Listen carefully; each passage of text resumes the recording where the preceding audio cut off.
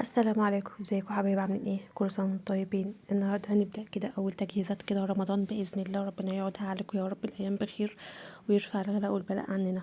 هنعمل النهارده مربى الفراوله. طبعا احنا في موسم الفراوله ومعظم الاولاد بيحبوا مربى الفراوله. انا عن نفسي برضه بحب مربى الفراوله. تعالى يلا نشوفها كده هنعملها ازاي، وهنعملها بالقوام ده واحسن كمان من اللي بنشتريها من بره.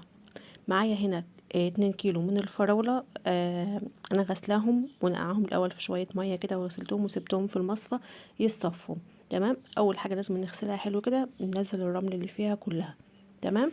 الفراولة دي انا كنت جايباها قبلها بيوم وسبتها حطيتها في مطبقية وسبتها في قلب التلاجة، وطلعت تاني يوم غسلتها عادي، ما فيش فيها اي مشكلة خالص. هبتدي بقى بعد كده اقطع القمع اللي فوق بتاعها ده كده، الاخضر اللي فوق ده الورق بتاعها، واقطعها بقى على حسب ما انت حابه.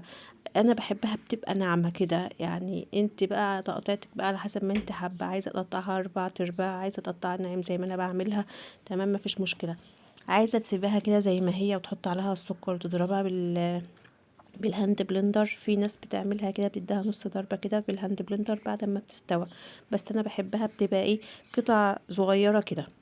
بعد ما خلاص قطعتها الكمية كلها، طبعا شايفين صغيرة ازاي.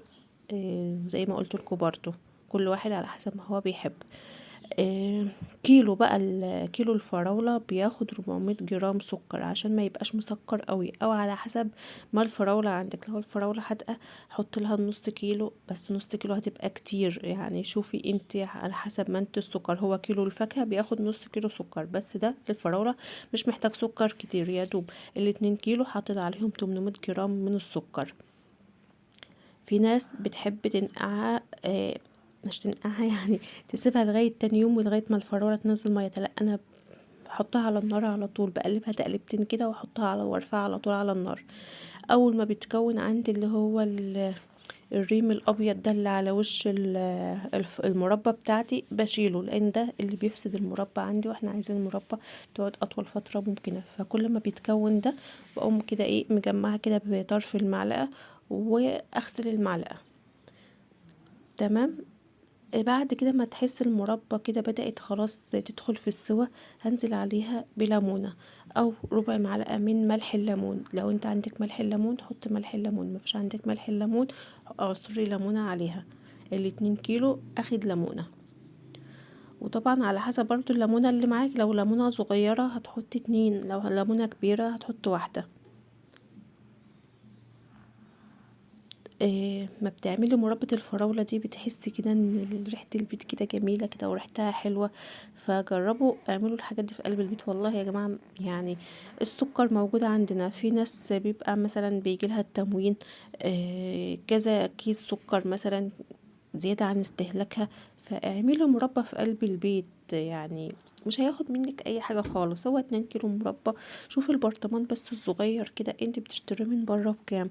احنا بنحاول نعمل كل حاجة في قلب البيت، بيبقى اقتصادية واوفر وانضف كمان من اللي بتيجي من المصانع. الله اعلم بتاعت المصانع دي شكلها ايه، او مثلا بيستخدموا الفاكهة بيغسلوها ما بيغسلوهاش، بيستخدموا الفاكهة النظيفة ولا بياخدوا اللي هو بتاع الحاجة بواقي السوق زي ما بيقولوا، او بواقي الوكالات.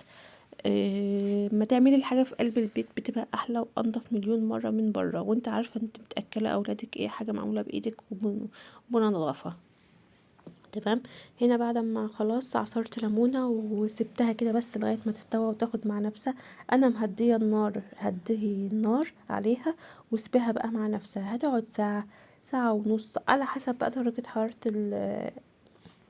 البوتاجاز عندك. او انت مثلا، انا سايباها النار هاديه خالص جدا وسبتها قعدت ساعتين لان سبتها تستوى براحتها.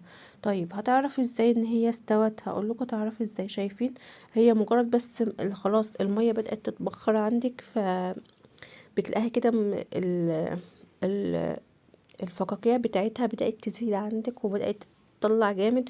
وكمان ظهر المعلقه بتعملي فيه خط كده، ما دام الخط ده ما ما تقفلش على بعض او قفل على بعض، يبقى كده المربى بتاعتك استوت. طيب لو لسه ما استوتش سيبيها كمان شوية يعني. شايفين ما شاء الله المربى كانت جميلة جدا وطعمها حلو.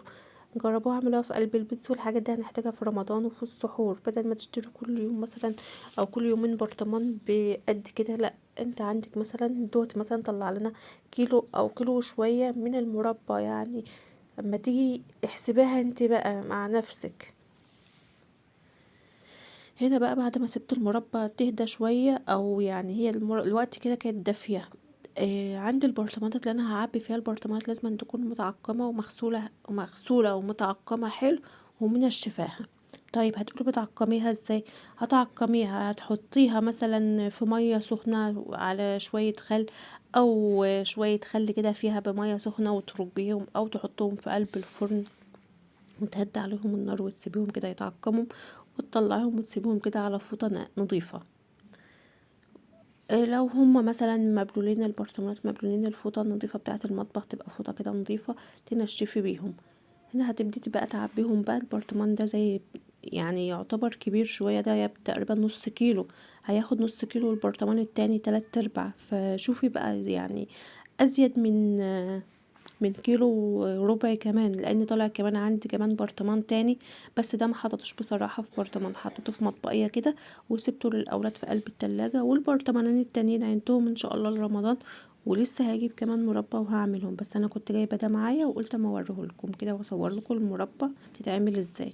اتمنى الفيديو بتاع النهارده يكون عجبكم، ولو عجبكم ما تنسوش من اللايك وشير وسبسكرايب للقناه. وفي نهايه كلام اترككم في حفظ الله ورعايته، اقول لكم السلام عليكم.